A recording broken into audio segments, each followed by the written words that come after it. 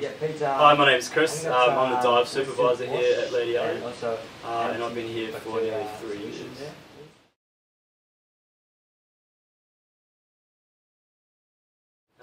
Definitely, like here in the winter, just the abundance of manta rays. Like that's what I love to dive with here is the mantas. So going to somewhere like the lighthouse bommies and just having just getting a sore neck, you know, from looking like this. Is just manta rays coming every which way.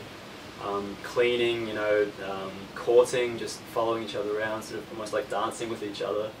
And you really just have to sit on the bottom and watch the show until you're getting well on it.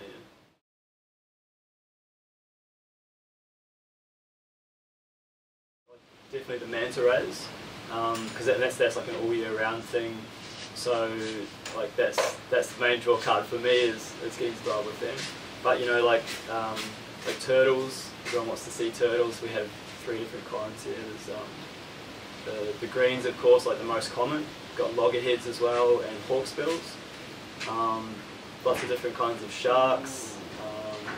Just schooling fish everywhere, big like trevally. In terms of coral, like lots of hard coral, so lots of branching coral. A little bit deeper, you get the soft corals as well. So yeah, there's just a really wide variety. Sometimes you can see dolphins occasionally. And then coming into winter, of course, you get the humpback whales. So if you're really lucky, you'll see one of those under the water, but definitely on the surface.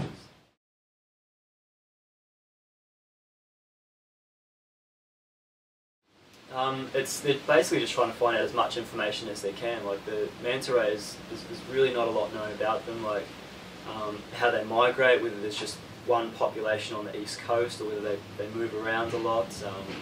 So they're just trying to find out anything they can, really. Like if there is one centralised population, like so they're building a database of each individual. They're tagging them to see how far they go. So they've got listening stations here, North Stradbroke Island, down by Brisbane, and Byron Bay, and they've already found individuals that have hit each spot. So they're moving up and down the coast. They've just had satellite tags attached to a couple that they've retrieved and found that they get down to as deep as 300 metres. And there's just so many new things they're finding through this research, and I think it's as a means of getting towards like conservation, because they're not really on any list or recognised as, say, like an endangered or a protected species as yet in Australia.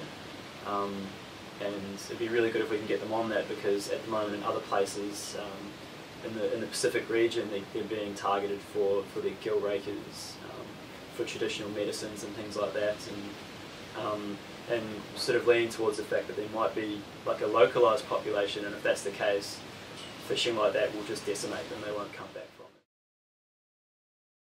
Differences. The main differences are between the east and western sides. So over the western side, it's like a sloping sandy bottom with lots of scattered bommies, and the deeper side out there would be the Severance Wreck, which is only about 20 metres.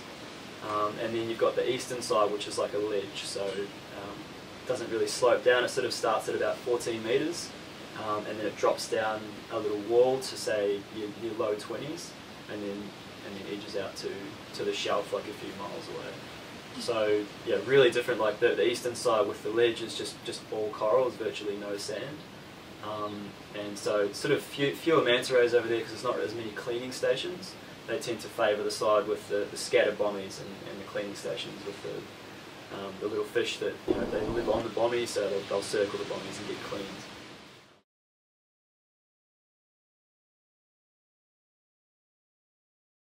Like snorkelling in particular seems to be what people come here for, just because the reef is so accessible from the beach. You know, like you've got the reef units out on the eastern side. People can literally walk down on a high tide and just hop in the water, and like everything's there for them. But we also offer like glass bottom boat tours, so picking people up, just taking them out a little bit further, and it's good for people that perhaps aren't confident in the water, and they can just look through the glass and see what there is going on there. We can take them out a little bit deeper to the bommies, perhaps with the manta rays are cleaning as well. And on top of that, we do a little bit more advanced snorkeling. It's called a snorkel safari, where we'll do like a drift snorkel. So the boat will take them out somewhere where you can't normally snorkel perhaps. There might be manta rays out there in a big feeding train, so we'll drop people off in the water with the manta rays, and they're just cruising past them the whole time.